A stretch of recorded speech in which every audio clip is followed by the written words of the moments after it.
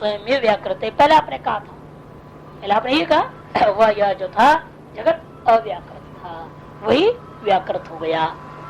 फिर आप क्या बोलना चाहिए? वही प्रवेश हो गया, कहना चाहिए आपको। लेकिन आप यहाँ के बोल रहे हो इदानीम कथम इदम उच्यते, इस समय भी आप कैसे कह रहे हो? पर एव तो आत्मा अव्याकृतम कुर्वन् ये प्रविष्ट, वही परमात्मा पहले अव्याकृत को व्याकृत करता हुआ प्रवेश कर गया। ये कैसे कह रहे हो आप? दोनों परस्पर विरुद्ध बात है। व्याकृत ने अव्याकृत को बनाया, अव्याकृत ने व्याकृत को बनाया, एक बात ये कह रहे हो। दूसरे तरफ कहते नहीं, परमात्मा ने अव्याकृत को व्याकृत कर दिया और परमात्मा प्रवेश कर गया उसमें। ये आपका कथन परस्पर विरुद्ध लग रहा है। अर्थात एक वाक्य में आपने कर्ता किसको बनाया? अव्याकृति व्याकृत का कर्ता है। दूसरे वाक्य में क्या बोल रहे हो? परमात्मा ही इस व्याकृत का कर्ता है। विरोध वाक्य नहीं हुआ। व्याकुर्वन् यह प्रविष्टि थी तो कहते नैष दोष।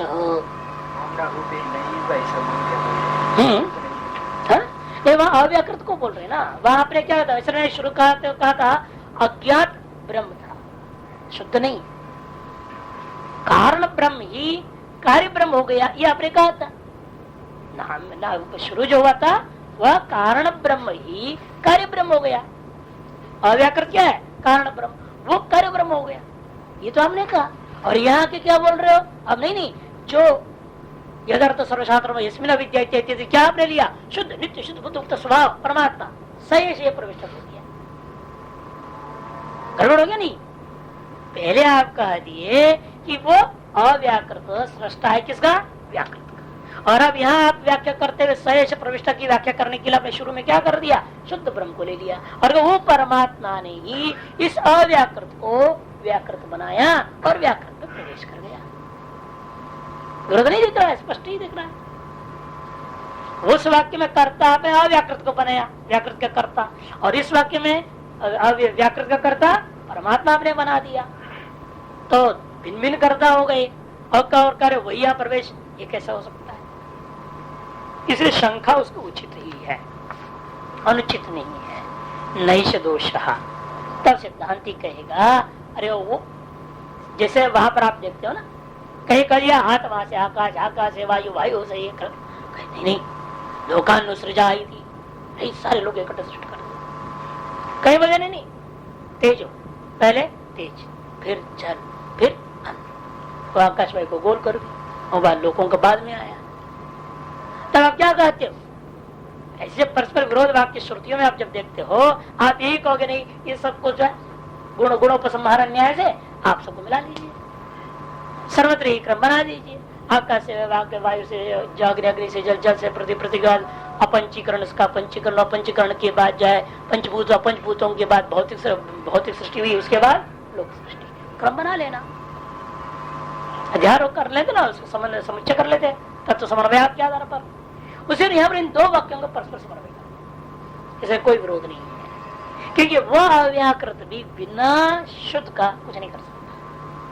जो अव्याकृत व्याकृत हो गया जो कहते हैं, वह भी अधिष्ठान बोध शुद्ध के बिना संभव नहीं। वह व्याकृत भी कहाँ आरोपित है? शुद्ध में। इसलिए कहते हैं परस्यापि आत्मनो अव्याकृत जगदात्पत्ति विवक्षित। उस परमात्मा को परस्यापि आत्मना, मतलब उस परमात्मा को भी अव्याकृत जगत रूपेण विवक्षित। इसलिए उस वाक्य में जो हम कह रहे हैं अव्याकृत कर्तृक व्याकृत जगत उत्पन्न हो गया, वहां भी अव्याकृत कर्तृत्व मैंने पहले भी बोला था भाई, नियंत्रित कर्तृत्व से विशिष्ट लोग क्यों कहा? ये तो जड़ है, जड़ से कहां से उत्पन्न हो जाएगा? चेतन मानना पड़ेगा, और चेतन के लिए कहां से लाओगे? शुद्ध को बिना चेतन कहां से होगा? इसलिए तात्पर्य ये होगा शुद्ध ब्रह्म ही नियंत्रित कर्तृत्व आदि धर्मों से विशिष्ट होकर के अव्याकृत रूप प्राप्त किया, और वह व्याकृत रूप से परमात्मा ही व्याकृत धारण किया है। अतः परस्पर कोई विरोध नहीं है। परस्याप्यात्मनो अव्याकृत जगत्वेन विवक्षितत्वात्, इसलिए कोई विरोध नहीं रहा। अच्छा, अव्याकृतवत परस्यापि, अपि कहा नहीं, इसलिए अपि क्यों कह रहे हैं? अव्याकृत के समान पर भी उस अव्याकृत से तादात्म्य में है, और फिर तादात्म्यापन्न होकर के व्याकृत का निष्पादन हुआ है। आक्षिप्त नियंत्रित क्रिया निमित्तम ही जगत अव्याकृत व्याकृत वो चाहना मैंने पहले बोल चुका हूँ, भाष्यकार स्वयं कह रहे इसलिए बताया है अभी कुछ देर पहले कि भाई आक्षिप्त नियंत्रित कर्तृत्व आदि क्रिया के जो निमित्त है, जो व्याकरण रूपी जो क्रिया हो रही है, इस क्रिया का निमित्त चेतन धर्मों के बिना कैसे होगा? अनाम और अरूपात्मक के जो अव्याकृत है वो नाम रूपात्मक के व्याकरण रूपा क्रिया होने के लिए कोई कर्ता चाहिए, कोई नियंता चाहिए, व्यवस्थापक चाहिए ना, वो चेतन धर्म है। इस उस क्रिया का निमित्त भूता जो नियंत्रित कर्तृत्व हमने क्या किया? आक्षेप से लभ्य माना। यही वहां पर मीमांसक भी क्या बोलते हैं? कर्ता च आक्षेपरभ्य, ये कहा और संग्रह में ही आया है। कर्ता जो है आक्षेप लभ्य होता है, उत्ता प्रतिक्रिया है चेता में केवल विधिलिंग बोध कराया गया ही नहीं, तब सामानाधिक निश्रुतिया क्या हो जाता है? वह कर्तृत्व आदि का भी बोध करता है, केवल प्रकार की संख्या का भी बोध कर देता है। इसलिए कहीं जो सत्र में क्या होता है? सत्रिण भोजन के प्रयोग कर दिया, वो सब क्या जितने ऋत्विक वही सब यजमान। आज एक ऋतु यजमान हो जाएगा तो उसके ऋत्विक तो नहीं रहेगी, वो बाकी सब ऋत्विक हो जाएंगे। कल जो आज जितने ऋत्विक में रहे उनमें से एक यजमान हो जाता है, और जो पूर्व दिन यजमान था वो ऋत्विक हो जाएगा। इधर सभी के सभी ऋत्विक भी है, सभी के सभी यजमान भी है। ये कैसे लाया आपने? सत्रण में जो कर्तृगत भोजन को लेकर के। इसलिए वो जो कर्तृत्व आदि आक्षेप से प्रत्ययार्थ के द्वारा प्राप्त जैसे वहां मानते हैं, वैसे यहाँ पर भी अव्याकृत व्याकृत हो गया, ये कहने के लिए भी ये व्याकरण रूपी क्रिया का निमित्त भूता कर्ता के बिना हो नहीं सकता, और कर्ता भी नियंत्रित हुए बिना काम नहीं बनेगा। नियमन करने वाले भी चाहिए ना, अंतर्यामी रूप है ना। ये नियमन न कर उल्टा पट्टा चल जाएगा, आपने बना के छोड़ दिया तो सब उल्टा पट्टा चलेगा, फिर उसका नियंत्रण करने वाले भी तो चाहिए। केवल उत्पन्न करता होने से काम चलता नहीं, ये नियंता का भी जरूरत है। इसलिए क्या आप जैसे कोई ऐसा हो जाए, आजकल लोगों के यहाँ देखने को मिल रहा है कि पैसा है लेकिन क्या करे, ड्राइविंग आता नहीं, कार तो खरीद लिया, अब ड्राइवर क्यों ना कैसे चलेगा गाड़ी? हो खरीद लोगे तो चलेगा क्या? अरे खरीद लेने से चलने का नहीं वो गाड़ी, वो ड्राइवर की जरूरत है। अब उसके लिए आप ड्राइवर को भाड़े पे रखोगे, अब वो उसको चलाएगा, नियंत्रण करेगा, तब तो गाड़ी जाएगी। उसी प्रकार यहाँ पर भी केवल उत्पन्न किया किसी वस्तु को, उतने से काम चलता नहीं। इसे कहते नियंत्री कर्त्री, ये सब क्या है?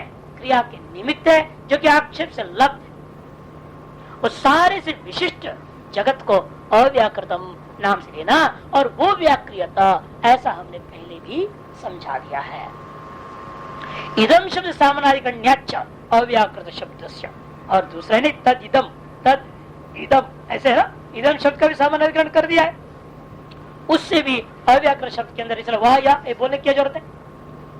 तत् अव्याकृतम आसीत, सीधा बोल दो ना, तत् इदम तर्हि अव्याकृतम आसीत, ऐसा मंत्र आरंभ हुआ ना। तद इदम ये कहने क्या जरूरत है? तद अव्याकृतम आसीत, सीधा बोल दो। इसका मतलब वह यह संबंध करने के लिए दो वस्तु माननी पड़ेगी, अवस्था भेद। अवस्था भेद से दो, एक ही को दो रूप में मानना ही पड़ेगा। अब तो क्या हुआ? एक हो गया विशुद्ध अवस्था, एक हो गया अव्याकृत अवस्था। इसलिए कहना पड़ेगा वह जो विशुद्ध है वही यह, तत् जो विशुद्ध है वह यह जो अव्याकृत रूपेण आसीत, ऐसी व्यवस्था देनी पड़ेगी। और वह जो फिर अव्याकृत जो तब वो नाम रूपा व्याकृत, ऐसा। इस तरह से परस्पर संबंध जोड़ने के लिए ही मंत्र में इदम शब्द का तत् के साथ सामनाधिकरण के साथ प्रयोग हुआ है। यह विज्ञापन करता है यहाँ तत् से शुद्ध ही लक्षित किया जा सकता है, लेकिन शुद्ध को सीधे नहीं ले सकते आप, क्योंकि अव्याकृत का विशेषण है तत्व। इसे कहना पड़ेगा शुद्ध को कैसे जोड़ूंगा अव्याकृत के साथ? नियंत्रित कर्तृत्व आक्षेप लब्ध के से विशिष्ट क्रिया का निमित्तों को लेकर के ही उस जगत का व्याकृत रूप था, ऐसा लेना पड़ेगा। यथा इदम जगत नियंत्रादि अनेक कारक निमित्तादि विशेष व्याकृतम तथा अपरित्यक्त अन्यतम विशेषवदेव तद अव्याकृतम आसीत। ये चलो आज की समय का सब सामने है, इस जगत में जैसा हो रहा है वैसा आप लीजिए। यथा इदम जगत, नहीं इदम का अन्वय करके दिखा रहे, यथा इदम जगत, जैसे आप इस जगत को देख रहे हो उस प्रकार से कैसा जगत को देख रहे हो, नियंत्रादि अनेक कारक निमित्त आदि से विशेष वाला होकर के क्या होता है, व्याकृतम। जैसे एक घट को व्याकृत करने के लिए क्या क्या करना पड़ता है, तो बहुत सारा निमित्त है, वहां पर अनेक कारक होते हैं, कर्ण की भी जरूरत है, उसमें अनेक साधनों की अपेक्षा है। ऐसे कहते हैं अनेक कारक निमित्त आदि विशेष वाला जो जगत है, इदम जगत व्याकृतम, विशेष वाला हो करके ही यह जगत व्याकृत हुआ। जैसे आज का समय आपके सामने दिखाई दे रहा है, तथा अपरित्यक्त अन्यतम विशेष देव, इसलिए आपको मानना पड़ेगा वो सृष्टि के आदि काल में भी एक भी निमित्त को त्याग नहीं कर सकते। किसी भी निमित्त का लोप हो जाए तो सृष्टि के आदि काल में जगत उत्पन्न नहीं हो पाता। इसलिए सकल निमित्त से विशिष्ट होकर के ही, जैसे आज सकल निमित्तों से विशिष्ट होकर आप कार्य को उत्पन्न करते हो, उसी प्रकार से उस जगत उत्पत्ति काल में भी सकल निमित्तों से विशिष्ट होकर के ही, इसलिए अपरित्यक्त अन्यतम का मतलब क्या, सकल निमित्त से विशिष्ट। अपरित्यक्त से नए द्वय को प्रयोग हो गया, निषिद्ध से अवश्यम भावी तथा का बोध हो गया। अवश्य ही सर्व निमित्तोपेत वह परमात्मा अव्याकृत रूपेण स्थित होकर के व्याकृत जगत का निर्माण किया है, यह अर्थ लेना ही पड़ेगा। व्याकृत व्याकृत मात्रंत विशेष, केवल अवस्था विशेष है, अव्याकृत और व्याकृत। दृष्टश्चलो के विवक्षात शब्द प्रयोग हो, और लोक में भी विवक्षा के अनुसार शब्द प्रयोग भी देखने को मिलता है। एक ही शब्द है लेकिन अवय रूपेण कहीं प्रयोग होता है, कहीं अवय रूपेण प्रयोग हो रहा है। कहते ग्राम आगत, गांव आ गया। अरे गांव कैसे आ जाएगा भाई, गांव आ सकता है क्या कभी उठ करके? लेकिन शहर में मिनिस्टर साहब बैठे हुए हैं और पगड़ी दारी जाए, धातु धोती वोती पहन, उनकी झंडा उंडा, हरा झंडा काला झंडा लेकर के आ गए, नहीं होता है ना, घेराव कर दिया तो कहते गांव का गांव आ गया है। गांव का गांव आ गया तो गांव कहाँ आएगा? और तात्पर्य यह है कि गांव के हर व्यक्ति आया है, हर व्यक्ति, हर आदमी, सबके सब गांव के लोग आ गए हैं। उसकी रखा जैसे गांव ही आ गया। ग्राम शून्य कर देते हैं, गांव शून्य है। वहां भी क्या है, गांव शून्य किस दृष्टि से कहा जा रहा है? जन शून्य। आप कहते जन शून्य, इसलिए गांव नहीं। कदाचित ग्राम शब्द न निवास मात्र विवक्षाया ग्राम शून्य शब्द प्रयोग भवति, क्योंकि कभी कभी जो है ना निवास मात्र विवक्षा को देखते हुए क्या कहते हैं हम, ग्राम शून्य शब्द प्रयोग होता है निवास मात्र को लेकर के। निवास अधिकरण मात्र विवक्षाया, अधिकरण मात्र विवक्षा करते, क्योंकि पहले वहां गांव बसा हुआ था, अब सब उजाड़ के चले गए। अब निवास स्थान कुछ भी नहीं रहा, एक भी मकान नहीं, एक ही झोंपड़ी नहीं, कुछ भी नहीं, तब कहते हैं ग्राम शून्य। और कभी ऐसा भी व्यवहार हो जाता है, कदाचित निवासी जन विवक्षा है, निवास विवक्षा नहीं, निवासी जन की विवक्षा करोगे तब व्यवहार क्या हो गया, ग्राम आगत, गांव आ गए। अब लोग आए हैं, गांव नहीं आए। अब गांव गया नहीं है, गांव तो वही है, जगत वही है, लेकिन वहां का मकान नहीं थे, सब झोंपड़े उठा चल दिए, तब कहते ग्राम शून्य। जब लोग आए तो ग्राम आगत। ये दोनों ही व्यवहार होता है, निवास को लेकर के भी और निवासी जन को लेकर के भी। शब्द वही, अर्थ भेद है, अवस्था भेद को लेकर के। उसी प्रकार कहा पर कहते हैं कदाचित उभय विवक्षा में भी, कभी कभी तो दोनों विवक्षा इकट्ठे लिया जा सकता है। ग्राम शब्द प्रयोग होती, ग्राम शब्द का प्रयोग होगा। जैसे दृष्टांत क्या है, ग्रामम च न प्रविशेत इति, वहां पर क्या है, ग्राम को प्रवेश मत करो। उसका तात्पर्य क्या है, उस ग्राम के लोगों के साथ नहीं बैठना उठना। या लोग विवक्षित है, जब लोगों के साथ बैठने उठने के साथ उस गांव के घर में भी नहीं जाना, घर भी विवक्षित है, निवास विवक्षित है और निवासी भी विवक्षित है। मैं घर में नहीं जाऊंगा, इन रास्ते में गांव के लोगों के साथ संग करूंगा, ये भी हो सकती थी ना। दोनों को निषेध कर, ग्राम में प्रवेश न करो का मतलब यह है ग्रामस्थ किसी घर में नहीं जाना और ग्रामस्थ किसी जन के साथ में भी संबंध नहीं, दोनों का निषेध हो गया। निवास भी और निवासी भी दोनों का निषेध है। तद्वतीयापि उसी प्रकार यहाँ पर भी समझिएगा, जगदिदम अव्याकृतम व्याकृतम च इति अभेद विवक्षायाम आत्मा अनात्मा भवति उपदेश। जब जगत अव्याकृत भी है और वही व्याकृत हो गया, ऐसे जब कह रहा हूँ अभेद विवक्षा पूर्वक आत्मा और अनात्मा दोनों को उपदेश अवस्थाओं को उपदेश किया जा रहा है। समझो, आत्मनात्मनोरिति अव्यक्त को व्याकृत कर शब्द से, अव्यक्त ही अव्याकृत और व्यक्त ही व्याकृत विषय, यह अवस्था विशेष का भेद ही हुआ और वही आत्मा और अनात्मा हुआ।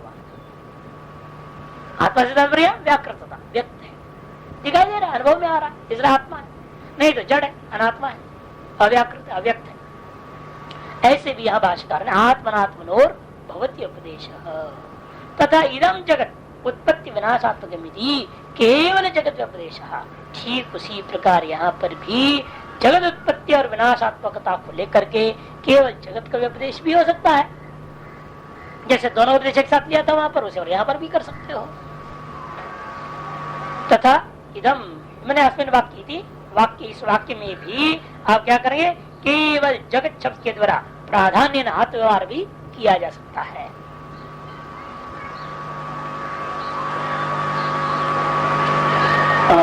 तथा महान अज आत्मा अस्तुलो अनु सयेश नेति नीति इत्यादि केवल आत्मोपदेश है ना, केवल जगदोपदेश हो गया, केवल आत्मोपदेश हो गया, उभय उपदेश। जैसे वहां पे केवल गांव निवास दृष्टि उपदेश, केवल निवासी दृष्टि उपदेश, उभय दृष्टि उपदेश। वैसे यहाँ भी घटा रहे, यहाँ विपरीत क्रम से लिया, पहले उभय दृष्टि उपदेश हुआ, फिर केवल जगत दृष्टि उपदेश हुआ, फिर अब केवल आत्मदृष्टि भी उपदेश कर सकते हैं, है कि नहीं। केवल जो उभय दृष्टिया हुआ तो हम क्या कहते हैं, अव्याकृत व्याकृत हो या उभय दृष्टिया हुआ। उभय दृष्टि से अव्याकृत व्याकृत हो का मतलब क्या, बिना चेतन हो नहीं सकता, वह केवल चेतन की बात नहीं है, लेकिन केवल आत्मा का भी बात नहीं है नहीं, आत्म विशिष्ट जगत की बात है। नियंत्रित आक्षेप लब्ध नियंत्रित कर्तव्य से विशिष्ट अव्याकृत रूपेण प्रसिद्ध अज्ञात कारण ब्रह्म ये लेना पड़ेगा, वो व्याकृत हो गया, अर्थात नाम रूप आदि से विशिष्ट कार्य ब्रह्म रूपेण अभिव्यक्त हो गया। विशिष्ट लेना दोनों आ गया ना, उसमें जगत भी आ गया, आत्मा भी आ गया। और जब ये कह रहा हूं कि जगत उत्पत्ति और विनाशशाली है, या तो केवल जगत की बात हो रही, यहाँ तो आत्मा को कोई मतलब ही नहीं, क्यों आत्मा उत्पन्न विनाशशाली तो है नहीं, है या नहीं है। इसलिए जब मैं कहता उत्पन्न विनाशशाली जगत उत्पन्न हो गया, प्रकट हो गया, इसलिए वहां पर आत्मा से कोई मतलब ही नहीं, आत्मा को किनारा करो। वहां केवल निवास वाला ग्राम के समान, ग्राम शून्य के समान कहना पड़ेगा, जगत उत्पन्न और नष्ट हुआ, वो केवल जगत उपदेश हुआ। और केवल आत्मोपदेश कहाँ मिलेगा, कहते जैसे जिस वहां पर ग्राम आगत था, वैसे यहाँ पर भी केवल आत्मोपदेश भी हो सकता है। कैसे, महान अजो यम आत्मा बोधिया असूलो अनु शेष नीति नीति इत्यादि वाक्यों में केवल आत्मोपदेश है। इस श्रुतियों में आप तीन प्रकार का उपदेश देख सकते हो, कहीं पर केवल आत्मोपदेश परक वाक्य होगा, कहीं वाक्य जो है केवल जगदोपदेश परक वाक्य होंगे, लेकिन कहीं पर उभय उपदेश परक वाक्य होगा। और यहाँ जो अव्याकृत व्याकृत मास जो बोला जा रहा है, इस स्थल में उभय उपदेश परक है। इसको पहचानना पड़ता है जब वेदांत को समझते हुए सरल हो जाए, इसलिए भाष्यकार ने इसको उठाया। तब पूर्व पक्षी कहते हैं, महाराज फिर भी हमारे अंदर शंका है, वो हो नहीं सकता है प्रवेश। ननु परेण व्याकर्ता व्याकृतम सर्वतो व्याप्तं च सर्वदा जगत स कथम प्रविष्टा परिकल्पित। कहते परमात्मा के द्वारा व्याकरण हुआ, वही व्याकर्ता आपने कहा, ठीक है मान लिया, परमात्मा ने सृष्टि किया, परमात्मा ही अव्याकृत स्वरूप में स्थित होकर के अवस्थापन होकर के व्याकृत अवस्था को प्राप्त कर गया, विवर्त हो गया। ये तो समझ में आ गई, आपने समझा दिया, दोनों भेद सब ठीक है। लेकिन वह परमात्मा जो उत्पन्न कर रहा है वह समस्त जगत व्याप्त है, जब व्याप्त उस तो प्रवेश कैसे हुआ, क्योंकि वही विवर्त हुआ है ना, आपने वही अव्याकृति व्याकृत विवर्त हुआ, अर्थात वो व्याप्त है उसी में, जैसे मिट्टी घट में व्याप्त। अब कहोगे नहीं मिट्टी घड़े में प्रवेश कर गया, वो तो स्वाभाविक में संभव भी है, घड़े को मिट्टी से भर देंगे, ठूस देंगे उसके अंदर, कोई दिक्कत नहीं, लेकिन स्वाभाविक में संभव है। लेकिन जिस मिट्टी से घड़ा बना है वही मिट्टी को घड़े में प्रवेश नहीं करा सकते। वहां पर भी दोष आ जाता है, सावयव में भी। जिस कारण से जो कार्य पैदा हुआ है वही कारण उस कार्य में प्रवेश कराना असंभव है नहीं? आप धागों से कपड़ा बना दीजिए, उस कपड़े में दुनिया भर धागे का जो गठरी बांध दो, बांध नहीं सकते क्या? लेकिन जिन धागों से कपड़ा बनाया उन्हीं धागों को उस गठरी के अंदर बांध सकते हो, और धागा कहां रह जाता है? किसी प्रकार के कारण का भाव विचार करके देखेंगे, यही मिलेगा जिस कारण से जो कार्य पैदा हुआ है उस कार्य में उसी कारण का प्रवेश नहीं हो सकता, उस कारण के सदृश जो दूसरा पदार्थ सावयव पदार्थ होने के नाते उनको प्रवेश कराया जा सकता है। इसलिए पूर्व पक्षी कहता है परेण व्याकर्ता व्याकृतम सर्वतो जगत व्याप्तम सर्वदा, सदा व्याप्त है नहीं कि अभिव्याप्त बाद में नहीं रहेगा, बाद में घुस जाएगा। कभी न कभी अव्याप्त हो जाता हो तो घुस भी सकता था, परिच्छन्नता को प्राप्त होता था, लेकिन सर्वदा व्याप्त है वो जगत। सब कथम प्रविष्ट परिकल्पित है, फिर आप उसी का यहाँ प्रवेश की परिकल्पना कैसे कर रहे हैं? क्योंकि हम दुनिया में यही देखते हैं अप्रविष्ट देश परिच्छिन्न प्रविष्ट में शक्य है। जो अप्रविष्ट देश में ही किसी परिच्छिन्न वस्तु के द्वारा प्रवेश करता हुआ देखने को मिलता है। जैसे हम और आप सब क्या है, शरीर दृष्टि परिच्छिन्न है, और हम लोगों का अप्रविष्ट देश क्या था? एक कमरा था। इसलिए अप्रविष्ट देश होता है, इस कमरे के अंदर परिच्छिन्न शरीरवान आपने जो है ना प्रवेश किया है, यही संभव है। व्याप्त आत्म दृष्टि आप यहाँ प्रवेश नहीं कर सकते। दृष्टांत यथा पुरुषेण ग्रामगर नाथ के शेन किंचित नित्य प्रविष्ट, जैसा पुरुष के द्वारा ग्रामादि में प्रवेश संभव है। आकाश जो गांव में प्रवेश कर गया, कैसे बोलो? कैसे कहते हैं? यथा पुरुषेण ग्रामादि, पुरुष के द्वारा अप्रविष्ट ग्रामादियों में पुरुष रूप परिच्छिन्न व्यक्ति के द्वारा यत्किंचित काल विशेष में प्रवेश संभव है। न आकाशेन किंचिदपि नित्य प्रविष्टत्वात्, आकाश आदि के द्वारा प्रवेश कदापि किसी भी काल किसी देश को लेकर व्यवहार नहीं कर सकते, क्योंकि वह नित्य ही सर्वत्र प्रविष्ट है। तब सिद्धांत एक देशी शंका करते हुए कहता है पाषाण सर्पाधिवद धर्मांतर नितिचेत, दोनों पार्थिव है, पाषाण भी पार्थिव है, सर्प भी पार्थिव है, और पाषाण के भीतर सर्प उत्पन्न हुआ दिखा। एक तो होता है कि पाषाण है और पाषाण के बीच में सर्प, वो यहाँ दृष्टांत नहीं लेना, क्योंकि आगे इसे सहजत्वम कहेंगे विशेषण भाषाकार। जैसे वो शिवाजी की कहानी में नहीं आया, पत्थर फोड़ा तो पत्थर के भीतर में मेढक था, किसी को घुसाया तो है नहीं। इसलिए पत्थर जब पैदा हुआ होगा उसके अंदर परमात्मा ने साथ साथ खोखा भी अंदर में जो है उतना जगह छोड़ा था। उसमें कब पैदा हुआ जल उसके अंदर आया, कब कीटाणु, कब मेढक का बीज उसमें था, मेढक भी हो गया, वो कीटाणु खा रहा है।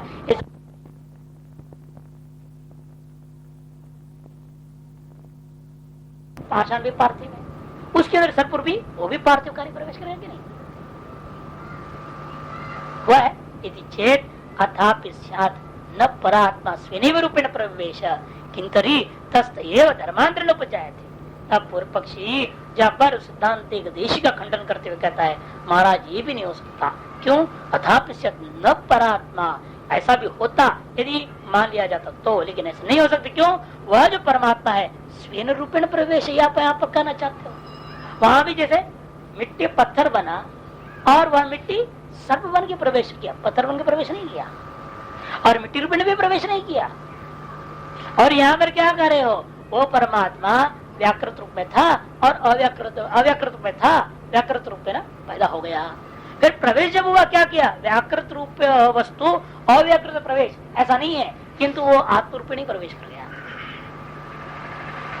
गड़बड़ है तुम्हारी तो कहानी। इसे कहते हैं यहाँ भी धर्मांतरण कहना चाहो तो कोई आपत्ति नहीं, फिर जीवात्म रूप में प्रवेश करके कहना पड़ेगा। स्वेनैव रूपेण प्रवेश किंतरी तस्थ एव, तब पूर्व पक्षी एक देशी यहाँ पर बोले किंतरी से आगे पूर्व पक्षी ने खंडन किया न परात्मा स्वेनैव रूपेण प्रवेश, और परमात्मा स्वेन रूपेण प्रवेश नहीं किया है, वो हो नहीं सकता। तब कहता है किंतरी। पूर्व पक्षी ने पूछा और कैसे प्रवेश कर रहे हो तुम एक देशी से? जब एक देशी कहता है तत्सैव धर्मांतरण जायते, स्वरूप में स्थित रहते हुए भी जीव रूप में प्रवेश कर गया समान तेन प्रविष्टा, उस परमात्मा का प्रवेश किया गया है। इति उपचर्यते या औपचारिक